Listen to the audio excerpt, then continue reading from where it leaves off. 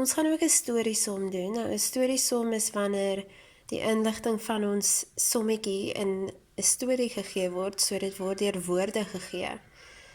En dan moet ons self gaan kyk wat se som ons moet skryf en wat ons antwoord moet wees en ons moet self ons sirkels teken of jy kan stokkies ook teken.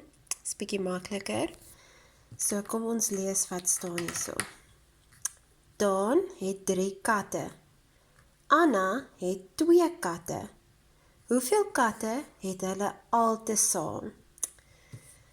Nou, ons doen gewoonlik dit so op die bord. Ons kyk, hoeveel katte het Daan? Hy het 3, so ons kan vir 3 hierso skryf. En hoeveel katte het Anna? Sy het 2.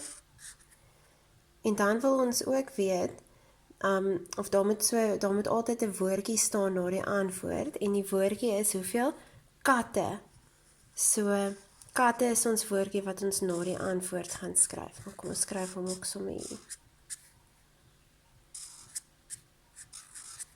Daar is ons 3 katte wat Daan het, en die 2 katte wat Anna het.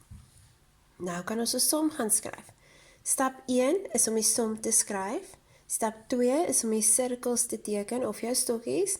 En stap 3 is om 'n antwoord te skryf met 'n woordjie wat daarna is. So kom ons dink.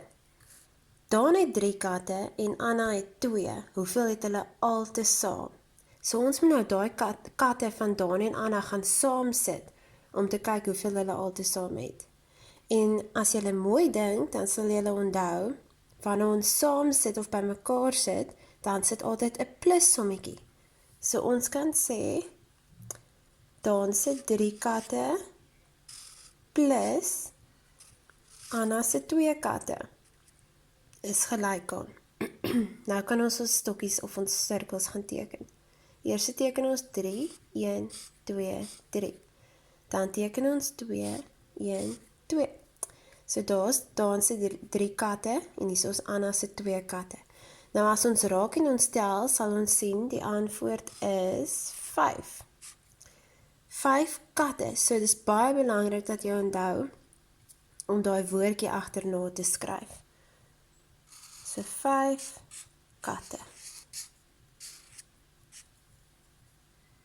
En volgende keer, ek het hom nou saam met jou gedoen hierdie keer, maar volgende keer gaan ek vir jou 'n sommetjie gee, 'n storiesom soos hierdie, en dan gaan jy hom alleen doen.